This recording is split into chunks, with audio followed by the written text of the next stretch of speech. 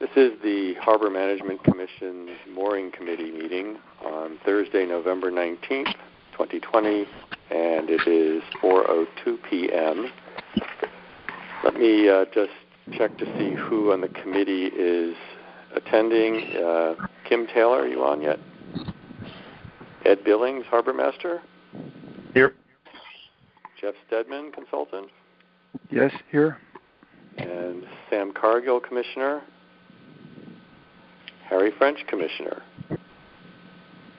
Okay, and Kim Taylor had indicated she will be joining us after just a few minutes. She was delayed, and so we're going to go ahead and get started with the agenda, and Kim Taylor will be joining us in just a few minutes. The first item on our agenda today is the Harbor Master's report. Ed? Good afternoon, everyone. Similar to the other day, my report is rather brief. I was at the harbor today. All boats are out, with the exception of one that is awaiting entrance into the Pequot Marina, which will happen in the next few days. Consulted with Jeff Engborg for a few moments as well. We reviewed a number of things with the online mooring system, and we'll be working together in the future, i.e. the next probably 6 to 8 weeks, to develop our plan for the North Anchorage, monitoring and things of that nature. Some of the moorings have been started to be hauled, and we also need to, once that section is completed, Jeff and I will do a review of what really needs to be replaced, and then work with a budget to present to HMC. Okay. I believe that's it. I think we mentioned this on the Harbor Management Commission monthly call just on Tuesday, that Kim and I had thought it might be useful for all the commissioners to get a little bit of an educational presentation from Jeff Engborg to help us understand about the triennial process of review of the mooring inspections, and to help us understand how we should think about the budget implications each year as we look at the different zones being inspected and maintenance being performed. So we were thinking after we get through the end of the year, the January meeting might be a good time to invite Jeff to speak to us and help get us all up to speed on what that process looks like, and especially the budget implications for the 102 account, how we think about anticipating the range of what we might incur in the various zones on an annual basis. So right. I think that makes sense. I know personally I would benefit from getting that education. Anything else, Ed, or questions for Ed?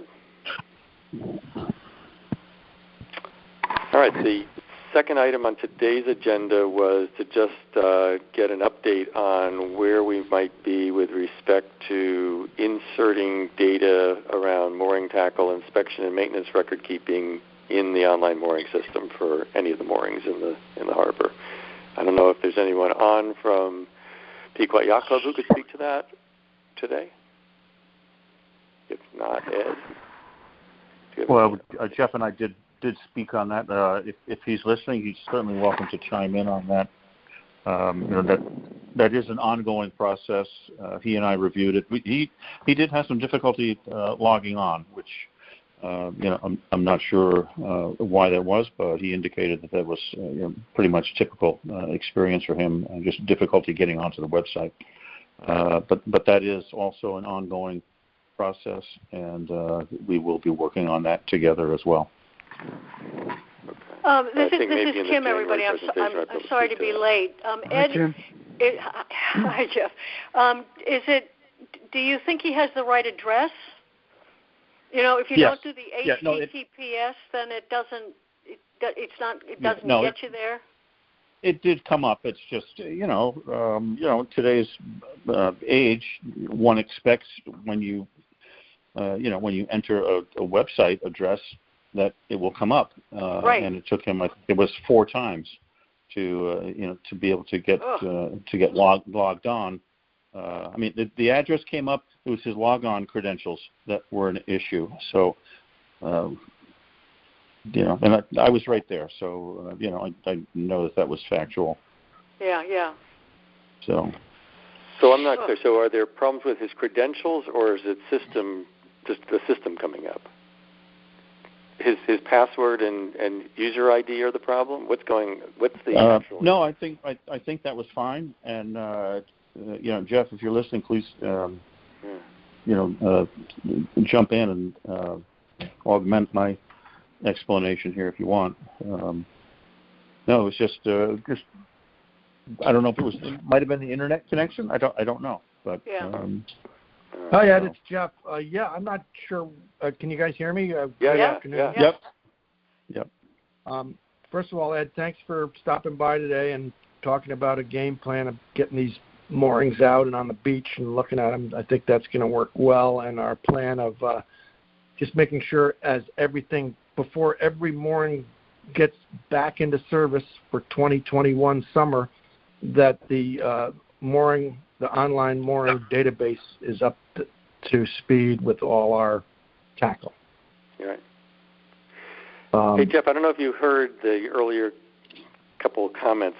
We were thinking that maybe it would be great if you could give a sort of a presentation at the January Harbor Management Commission meeting to educate us about the process of doing those triennial inspections, and especially the budget impact, how we should think about the range of possibilities of what the results of that inspection and the maintenance required on tackle might look like in any of those inspection years, so that when we're thinking about that 102 account and its sufficiency, we can be aware of, on the low end, it could be looking something like this if I found things in good shape, but here's what you all should be thinking about if we need to really upgrade a whole bunch of the tackle. It could look like as bad as this. And any sort of education around that in our January HMC meeting, I think, could help all the commissioners to understand that while we have a balance in that account, it can get used if we have a substantial maintenance work to do in terms of upgrading our tackle equipment. So thank you. I'd appreciate that opportunity and look forward to that. I'm also hoping that we can work with Online Mooring to get the sort of the thesis statement of what the maintenance is to clearly be reflected in the Online Mooring, so that, like we talked about some cover sheets, and we were working with the Online Mooring folks to get some of that stuff going. And I think that Ed and I will be working with them more. But it'd be very nice if we had that little summary, so that when the commission or the harbor master looked, they could see the pattern and do a little bit of forecasting. Because it can, in a perfect world, which we're close to perfect but not quite perfect, we try to balance it out so that we won't be stuck buying 160 of one item any 1 year if we don't have to. So we're hoping that a lot of these I guess I would talk about this more at the presentation, but we're hoping we try to balance out the replacement so that we want to have about the same amount of expense, and of course safety is number one, but to try to balance it out between the 3-year lifting cycle. Yeah. But there is an odd. If you think about it, it's almost a certainty that we're not going to be able to meet in person. So if you wanted the commissioners to see something sometime in the weeks or two before that January meeting, if you wanted to send us stuff to look at beforehand, that would be good, because it'll be a phone call almost certainly by January. Right. And Jeff, I don't think any basic detail would be too small. I mean, that's true.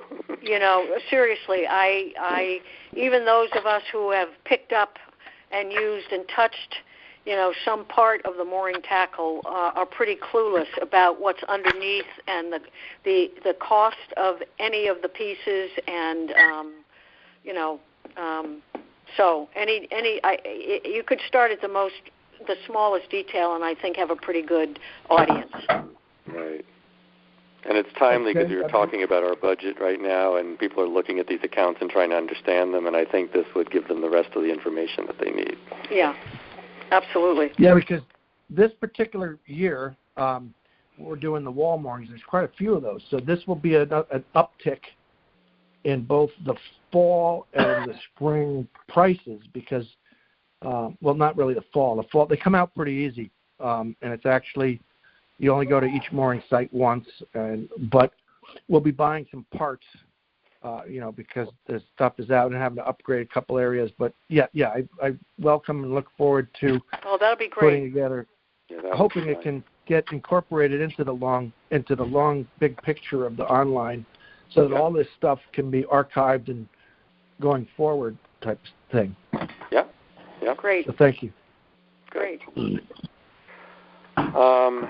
Anything else on mooring tackle inspection? If not, thought we'd move on to the third item on today's agenda is something that came up in the October Harbor Management Commission meeting. I think I actually brought this up, that to have a discussion about acquiring a patrol vessel for the harbor master to use. And let me just sort of ground this. Following on that discussion at our October Harbor Management Commission meeting, in that meeting I got some feedback that folks were thinking that a center console boat, maybe a Boston Whaler center console boat, might be an appropriate vessel for us to acquire for the harbor master to use as a patrol vessel in the harbor management area. And following up on that, on October 26th, I spoke to Mr. Foley, who is the head of purchasing for the town of Fairfield, and he gave me some guidance in terms of what that process would look like. And as part of that, on today's agenda is about coming to some agreement about some specifications of what we'd be seeking in this vessel. He said that we need to have a written benchmark, sort of written down, of what we're seeking to purchase. And he emphasized to me that for purchases under $15,000, there's a different set of rules, a simpler set of rules in terms of the purchasing process. All we would need to do is identify 3 potential vessels for purchase and bring them, the purchasing department, with Betty's assistance, 3 quote-unquote quotes for the purchase of those vessels, and sort of direct him, because he understands that used vessels like this are not going to be directly comparable, direct him to the one that we'd like to pursue purchasing, and he would work on the rest of the process to acquire the vessel for us. In the course of this conversation, he suggested I should also talk to Caitlin Bossy in the finance department, and I confirmed with her that the proper funding for this would come from the harbor management account, the so-called 102 account. And also he directed me to the Public Works Department because he thought there might be some surplus vessels, a couple of them potentially in that department.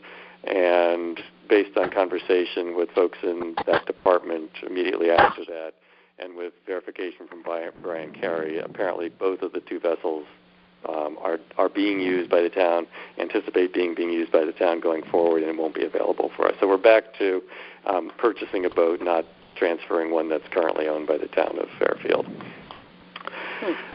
Ed and I had some discussions to sort of prepare for today's conversation about specifications for a vessel, and Ed's feeling, and I'll let you chime in here, is really that a 17 or 19-foot version of Boston Whaler center console, they call them a Montauk model, with a trailer and VHF radio, the outboard engine would be what would be ideal. And we were thinking, if we can't find a Boston Whaler vessel like that, there are other makers who make similar center console vessels of the same size that we might alternatively consider.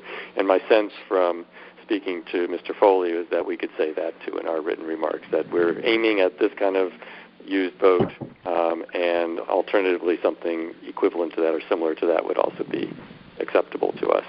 We'd need to land on a target price range also, and so what I wanted to do is open it up to Ed first and then others who would like to comment on what we would like to specify in writing as what we're looking for. I sort of as a running start, a Boston Whaler Montauk, either a 17-foot or 19-foot used one with an outboard engine, a trailer, and a VHF radio, and potentially targeting $15,000 or less. Looks like that's going to be tricky to find one in good condition if it's a Boston Whaler, because they look like they cost a bit more than that, but I'll let Ed chime in. Ed? Thanks, Jack. Yeah, and it will be difficult to adhere to that price point, due to a number of reasons, especially with Boston Whaler. As we all know, I've been around the water for years and years. Boston Whaler has a great name, and so that the quality of the boat drives keeps the price a little bit on the high side. Also, adding to that, as I'm sure most of you, if not all of you, know, with COVID, the boat sales have gone through the roof. So prices are pretty much at an all-time high right now. So, a 17 whaler would, I believe, be ideal. But there are other vessels. I'm familiar. I think most of you are familiar with Maritime Skiff.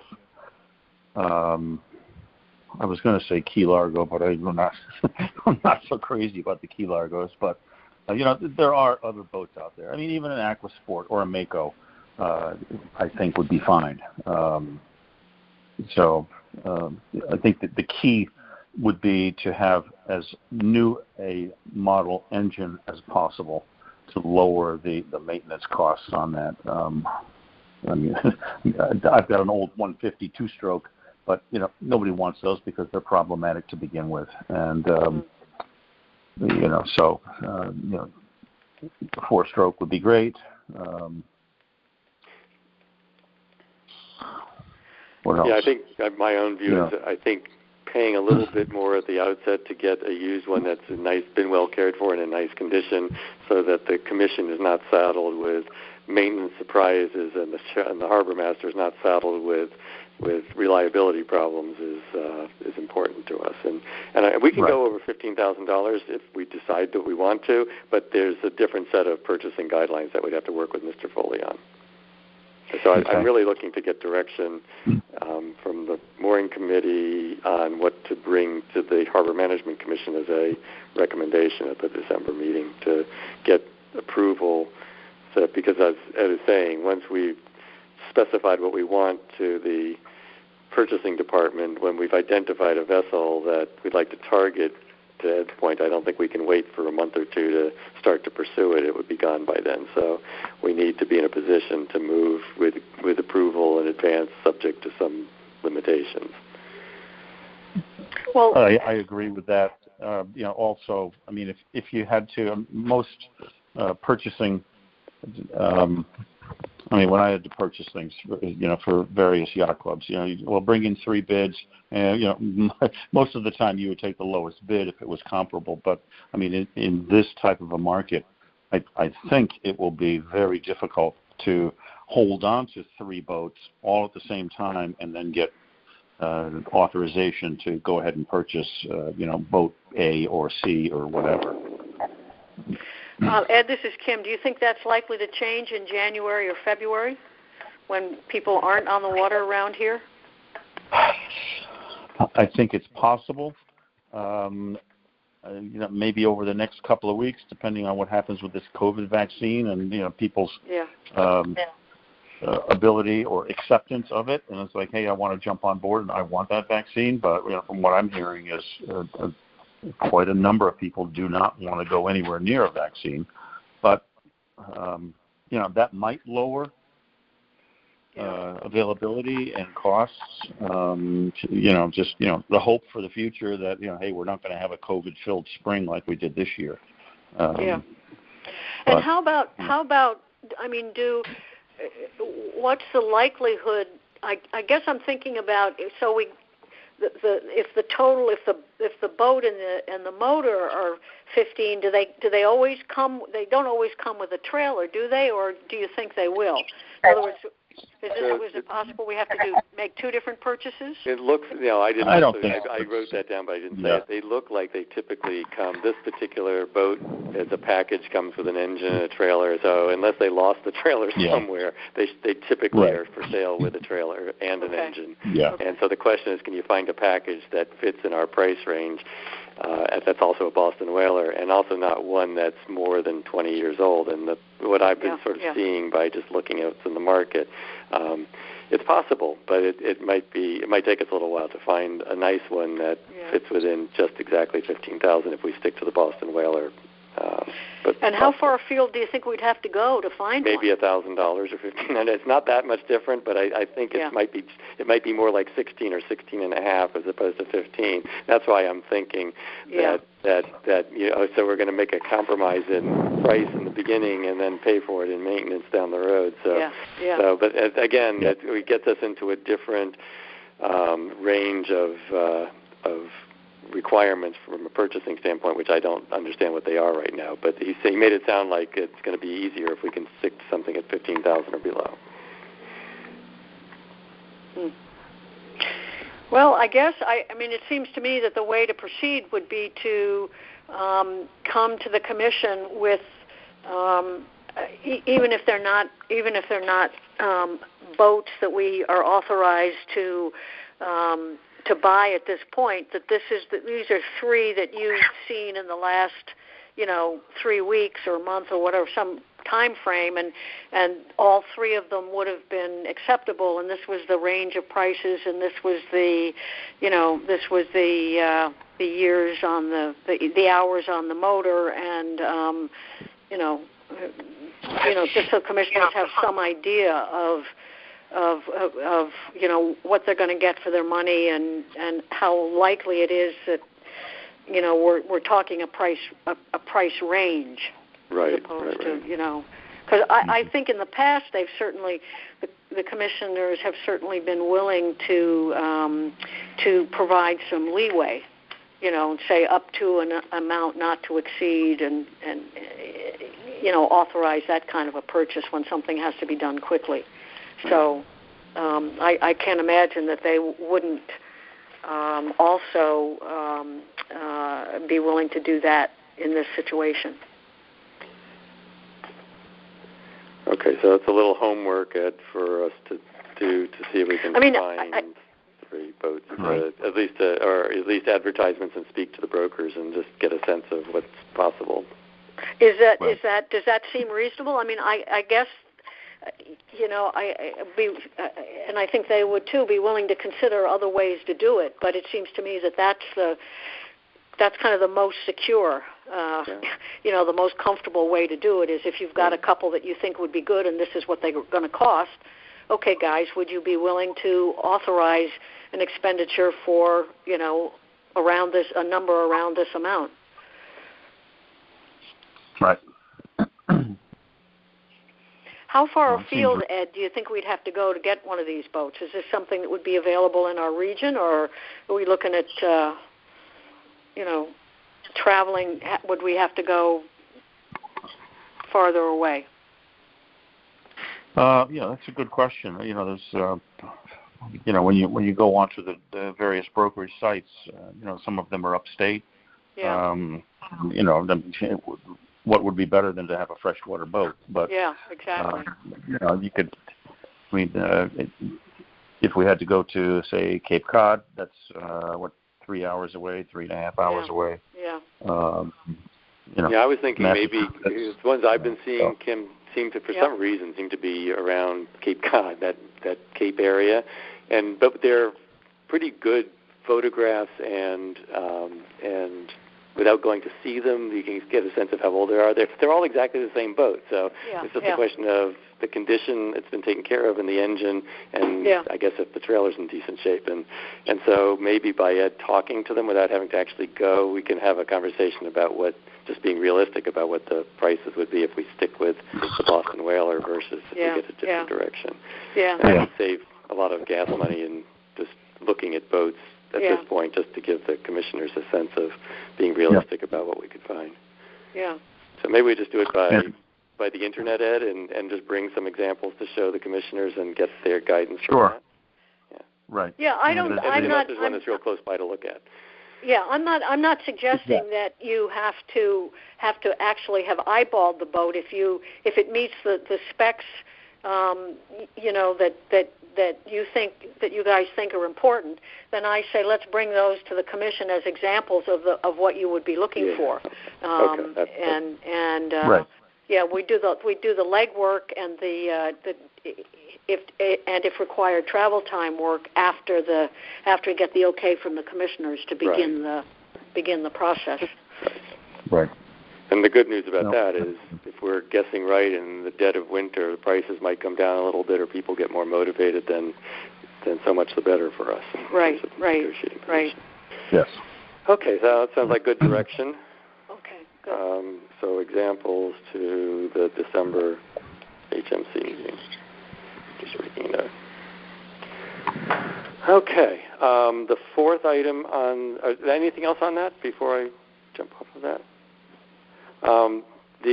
Just one thing, Jack.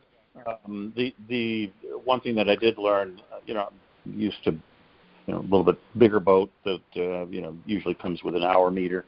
On outboards, I forgot what year it was, whether it's 2016, 17, 18, where hour meters are now pretty much standard equipment versus, one of my answers, or one of my questions is, how many hours do you think are on the engine? Oh, well, it was used lightly by, but without having the Hobbs meter on there, then you really have no clue as to what it is. But it's just a point in case anyone listening is not 100% sure. How the hours are calculated on motors now. Okay. All right. Good information. So the fourth item is a little bit of a reality check that we're 6 weeks now before year end, and we'll want to be sending out permit renewals in early January and waiting list renewal notices through the online mooring system, and it's only really 6 weeks away, including we've got holidays in there too. So I thought it would be useful in today's meeting to start to talk about some of the process advanced planning that we want to do with 6 weeks to go for the renewal cycle that we're about to do for permits and waiting list. And complicated a little bit because we're hoping to get the updated rules and procedures in place, which would have a little bit of an impact on some of these plans. So the mooring rules and procedures update, I thought of the fact that the North Anchorage permit rule change is going to require a change in the online mooring system. If we're implementing the waiting list administrative fee, we are going to need to get that program before Ed sends the invitations out to folks to renew their waiting list position. And there may be other things I'm not thinking about that are in the rules update that might bring about a need for a computer system update that we need to work with online mooring on and get it done in time for the renewal. So am I missing other items that Jeff or Ed or Kim that I need to think about that we all should be thinking about here related to the rules and procedures? Mm-hmm. I don't know. What for the North Anchorage rule change, what has to be changed in the online system? We have to turn off the issuing of permits and sending invitations to all the people in North Anchorage. We don't want to send any invitations out, and we'll want to set the system so that we're not looking to issue permits in the North Anchorage, but we definitely want to continue to manage the mooring locations and then the mooring tackle that's associated with each of those locations in that part of the system. So we need to be super careful that we don't inadvertently disconnect the mooring tackle piece of the North Anchorage.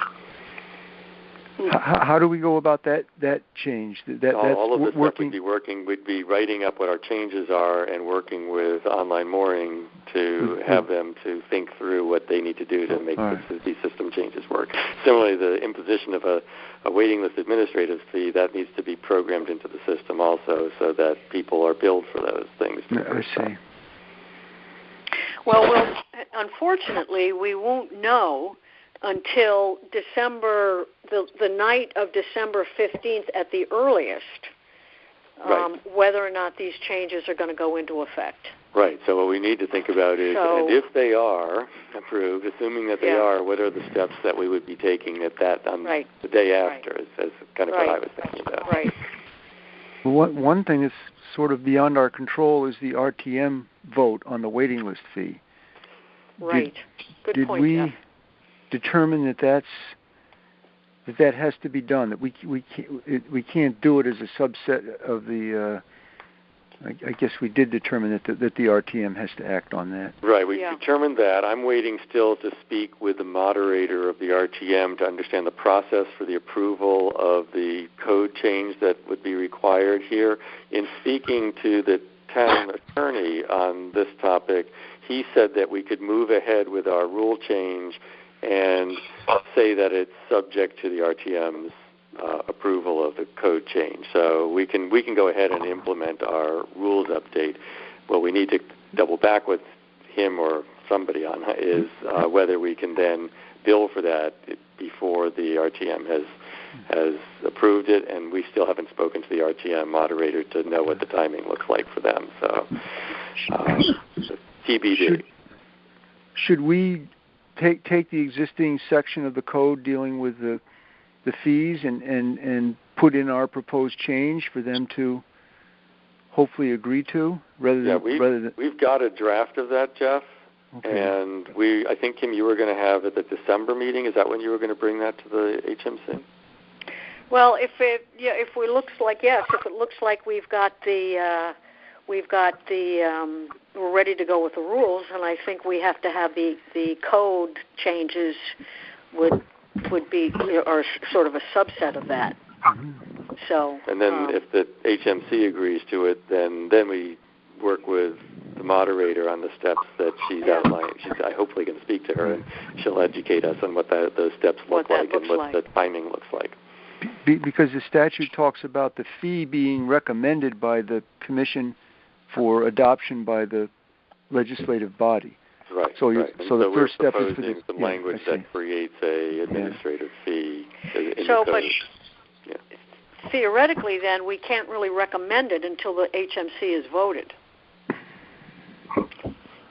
I think that would be correct. Yeah. Right. I mean, until so. Look at the ordinance.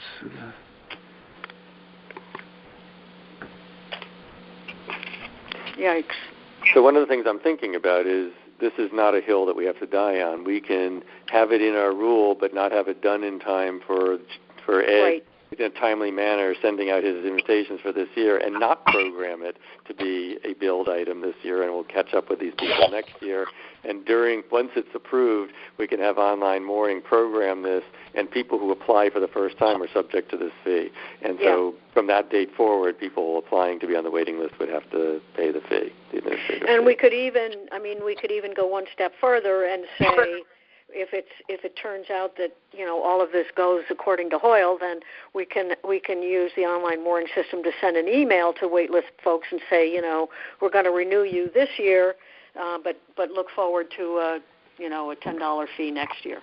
Exactly, and even if it isn't done by the beginning of the year, whenever that thing is approved, we can notify them using the online mooring system. Exactly. So that gives them notice, and actually that might be the better way to go. Right. On the other hand, the North Anchorage issue is we need to think through with online mooring how much that really needs to be turned off in the system on this. Yeah.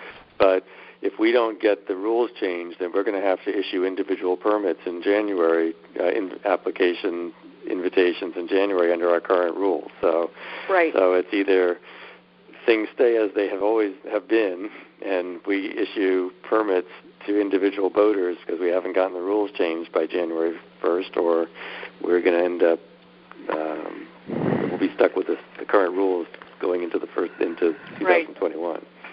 Well, and the next meeting of the January meeting of the HMC is until the 18th, and it's too late under our current rules. Yeah. It has to get these invitations out in early January. The deadline is the end of January, with him allowed to get extended beyond the end of January by extension. Well, does it make any sense to get in touch with online mooring and just say,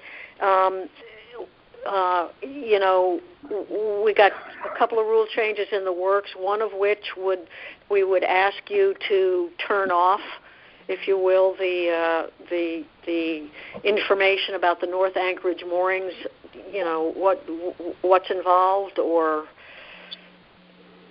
I guess what's involved if we're moving this to the PYC getting a blanket permit for those moorings, and then this, how fast would it be if we make a mid-December decision on an administrative fee to be ready for January 1st? Yeah. And I can't think of any others, Jeff. You've been all over these rules. I can't think of others that would sort of trigger a system logic change, but I'm open to whatever you come up with. I'm just looking through all the stuff while you're talking. We'll have to make sure that there isn't anything else. I mean, the people who are required to provide information reports are still required to do information reports of docked vessels, and so that's not a change. We're not. There's nothing that's going to be revoked that exists. Right. In other words, the people a lot of people are grandfathered in, so those folks, even though the rules change, those folks who are grandfathered, that doesn't have to change. Right. The thing that happens in January is billing to me stuff, that and there's no billing stuff that I can think of other than the administrative fee point. Oh, we do need to approve the fees, the whole fee tables, I think, in December, too, just to be clear that we're continuing the same fees. Okay. Right? Yes. Or if we're including administrative fee, but all the other fee tables are for the tackle fee and the, I guess we have to create a new fee for North Anchorage also. Once we know what our largest fee is for largest boats for a permit, then it's 51 times that number. Right. Yeah, that we should have a number associated with that. Well, at some this point. Year, right? Yeah. I mean, we could change in the future years. Yeah. That doesn't go in online mooring. This is going to all that North Anchorage accounting and record keeping is outside of online mooring, so that wouldn't require something new for online mooring. Didn't think about this. Well, I mean, I did, and I didn't know the answer. But if we do modify the rules for a North Anchorage permit that covers all 51 mooring locations, what is actually issued to the yacht club? Is there a piece of paper with this on it, or what does an individual owner get from? Does he print out something from the online mooring system? No, he gets a decal, right, Ed? He gets a decal? Yes. Yeah. So there's no document or piece of paper that goes to say this is your permit. It's just a decal that goes to the an individual owner, to the yacht club to give to an individual owner. Yes. And then so if they bring somebody new in and they're moving people around, is there more decals issued? No decals. So there won't be decals for the North Anchorage, right? Okay. Or are we going to take a decal and stick it on a mooring ball? Ask the yacht club to stick it on a mooring ball? It seems. I mean, we're going to get to the whole question of whether Ed thinks we need decals at all, because decals require a mailing. So now we're not using them in the North Anchorage, probably. There's no good reason there. And then what is Ed's feeling about the vessels outside the North Anchorage for decals? Yeah, I mean, honestly, I still like the idea of decals. Just for a quick visual when cruising through the harbor, you know what boats are there and that are supposed to be there, and for identification purposes as well. So you have to order. One of the things I have on this list here is we need to order decals, and there's another mailing that you have to do, like in past years, to mail the decals out to people. Right. But I'm not sure we need to go through, the harbor management plan update or anything like that this year around. I don't know. It's up to you guys.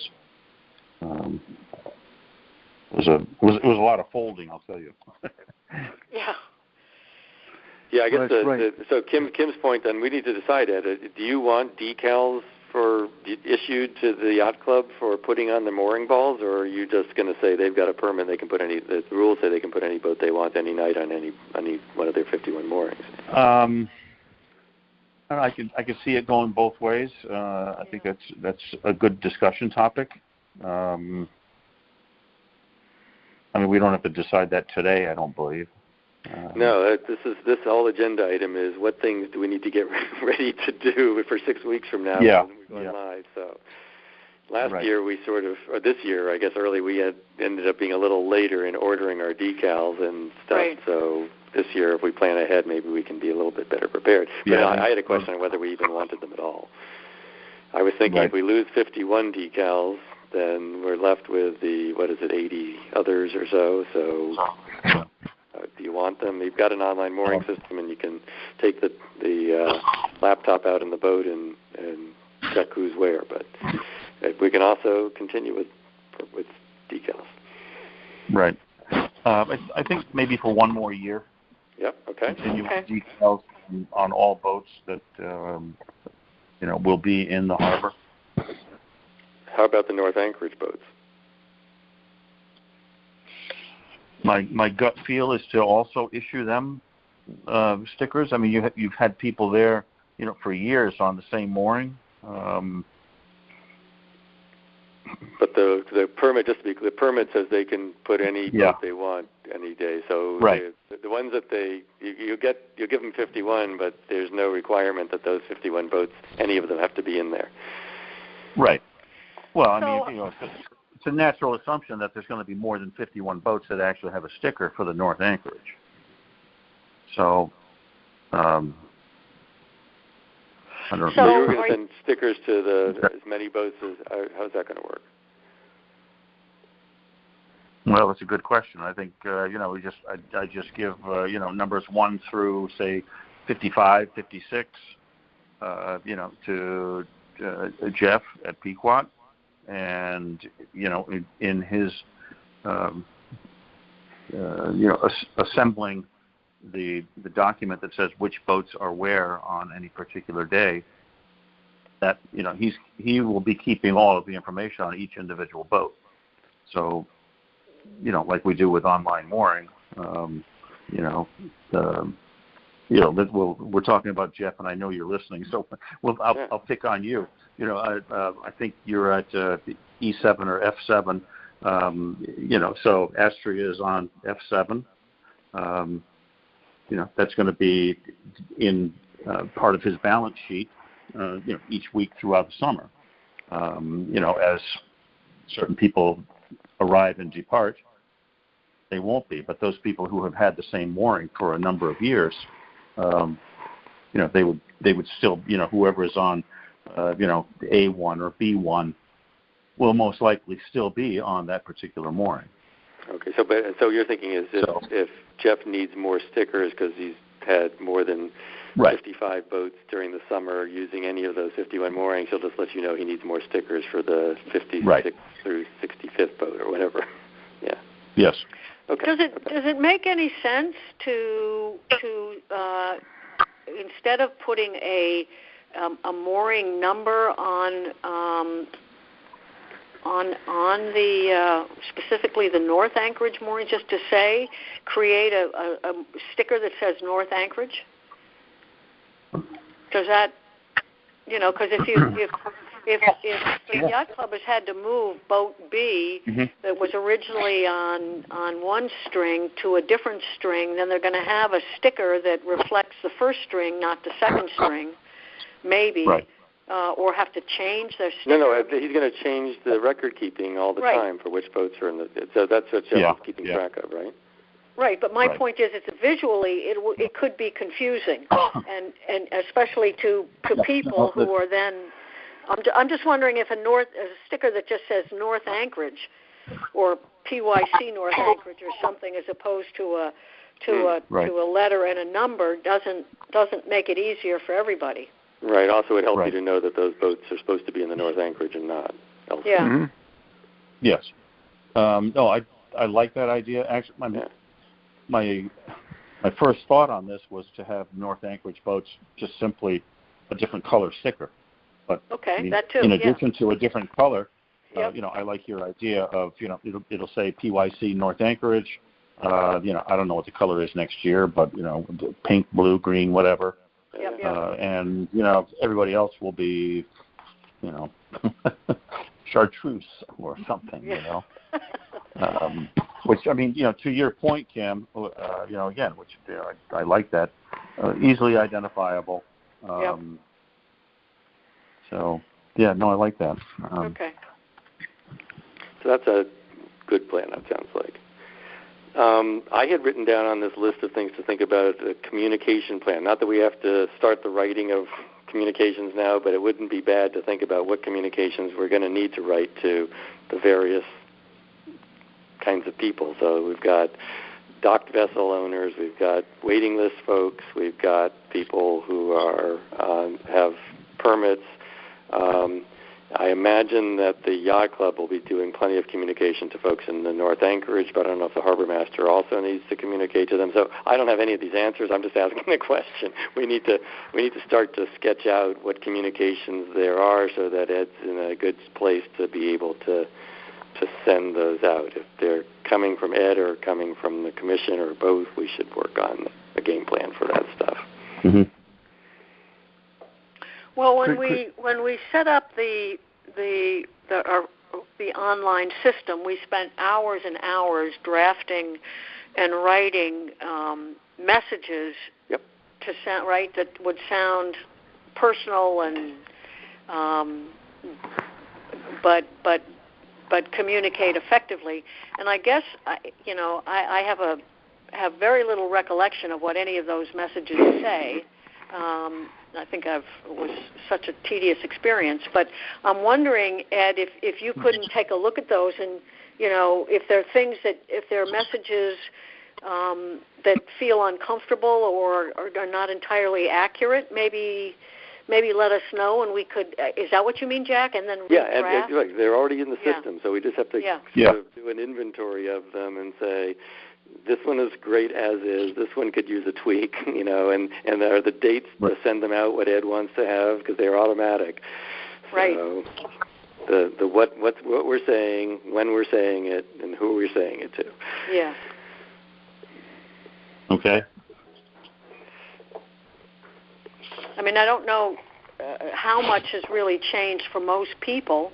I mean, obviously for the waitlist people, if the rule changes, the administrative fee.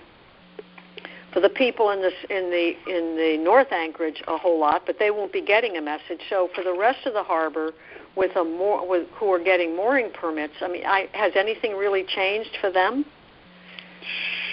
Shouldn't have.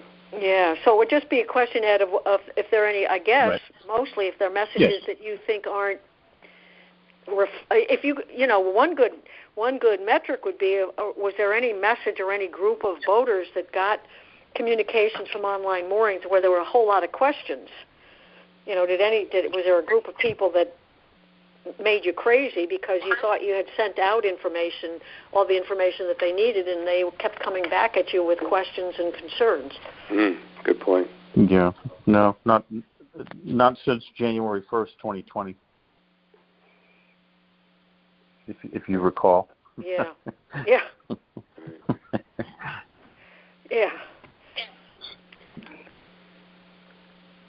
But I mean, other than just standard questions, about the rules change over the past 4 to 6 weeks. Other than that, I haven't been inundated with lots of questions, from one particular mailing. So good.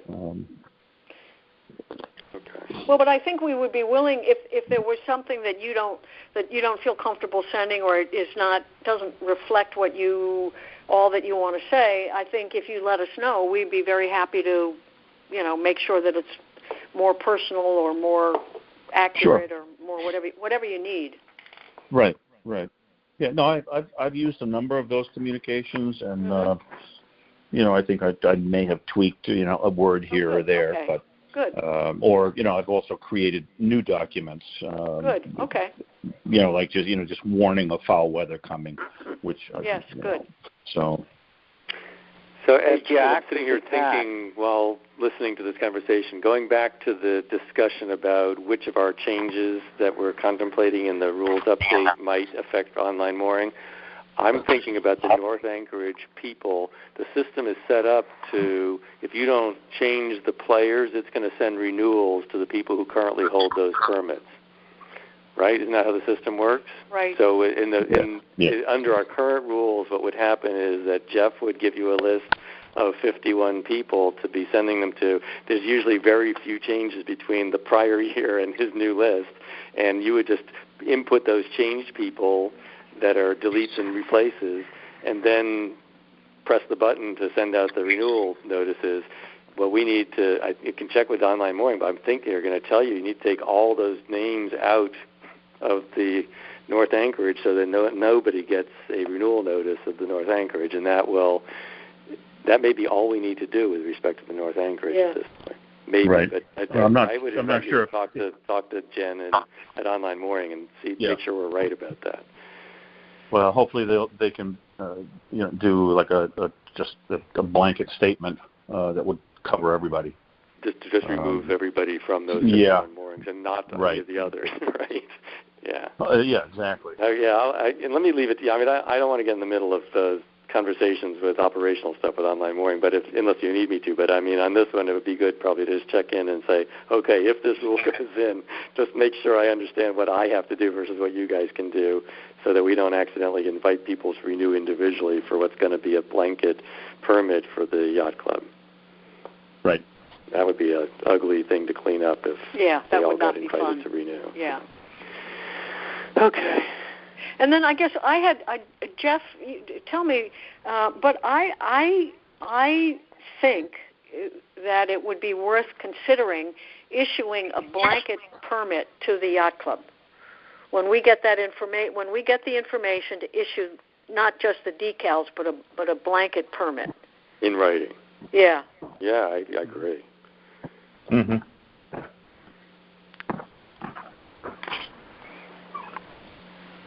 So we should think up what that what that statement would include. What it would say. Also, the club is. Where did we end up with council advising us on what the club's hold harmless by individuals? That's right, by individual. Yeah. So, that's interesting. So the club is going to need to collect those individual hold harmlesses as part of the terms of this permit, I guess, right? Because we can't let boats go on to those moorings without having those held harmlesses. Right. At least maybe it would be easiest to simply, if we could print off what the current hold harmless thing is in Online Mooring and give it to Jeff. Yeah. And then nobody has to nobody has to create the wheel again. Hey, Kim, I think I emailed those words that are lifted right out of that to you. The hold harmless? Yes. I think you did too. I went into Online Mooring and just copied and pasted into the email for you because you had asked me about what it said. I think you did too. So we have that. We've got it. I think I just repeated the same language that was in the previous application forms for individuals to hold harmless, and I just inserted that into the section dealing with the North Anchorage. But now we need to remove that section, or revise it, which now the proposed section says the PYC shall indemnify and hold harmless. Yeah, we have to change it to say that needs to be changed. All the boaters. So we need to adjust that. All right. Yeah. Yeah. Good point. Yeah. Good point. And I have another. Going back on the waiting list administrative fee.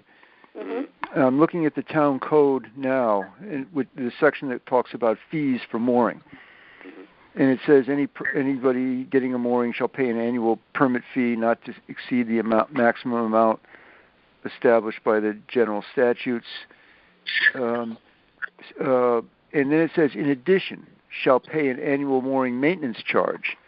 in an amount to be determined by the Harbor Management Commission from time to time under the procedures for notice and hearing established in the other section of the code here. Mm-hmm. So that would seem to imply then that the commission will have to adopt the waiting list administrative fee through the hearing process as well. Yes, which is what they did. We talked about that. Yeah. Okay, yeah. So that needs to be part of the agenda for the public hearing. That's right. We talked about that. All right. Yeah. So that suggests that we should actually talk about the code change in that hearing too, because it relates to that. Yeah. But the fee table in total should be on the agenda for the public hearing, including this administrative fee. But we're not making any changes to the other parts of the fee schedule. Right, so that's but not, we should just, while we're doing it, I think the whole thing should be reauthorized, not just, right? Yes, I see. All the fees on one sheet so everyone can see them, and then we're proposing an addition to the existing. So basically we've got structure. A bunch of unbolded fees and then one new bold fee of $10 or something like that. All right.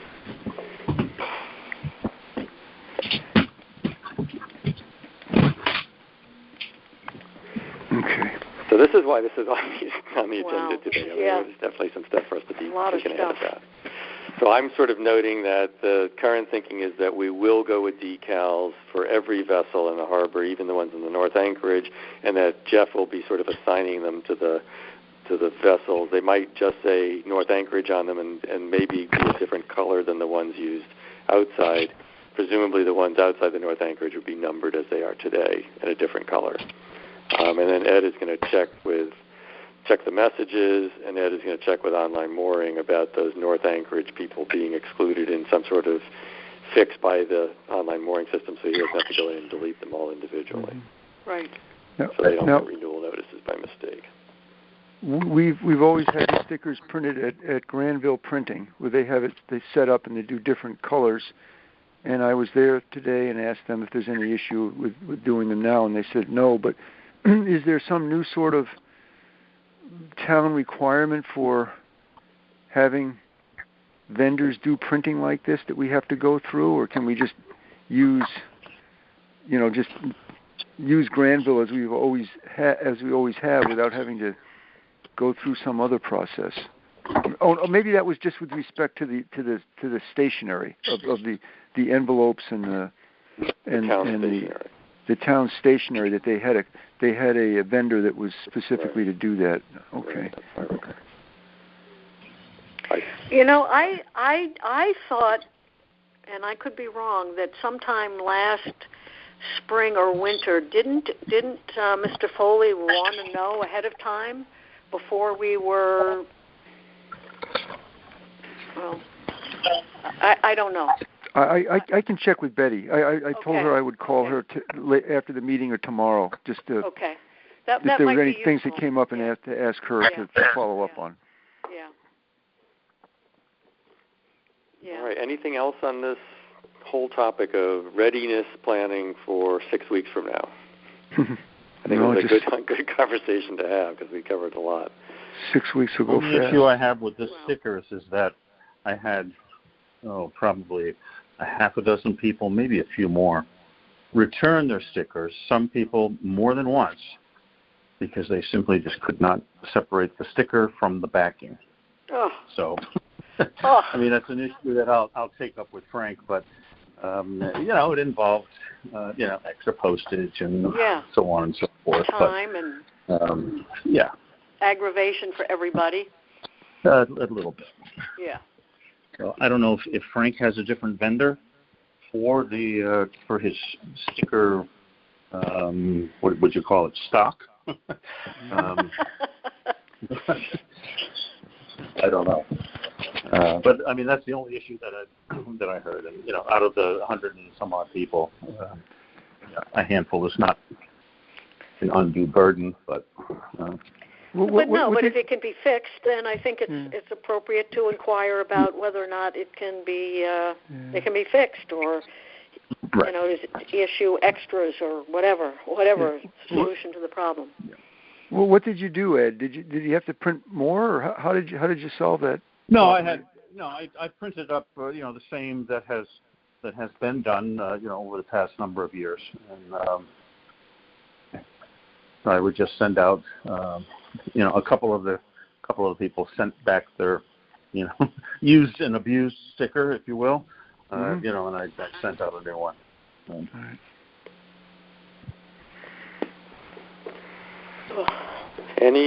Anything else on readiness planning? Until we think of something else, right? Right, I'm sure we will. But it's good to start triggering the thinking about this, so that we don't wait till the holidays and find ourselves like, uh-oh. So, okay, so I wrote down that we're thinking that the North Anchorage is going to have different color decals and might just say North Anchorage on them. Ed's checking the messages to make sure there's no tweaks we want to have, changing the messages to the different people who are invited to renew.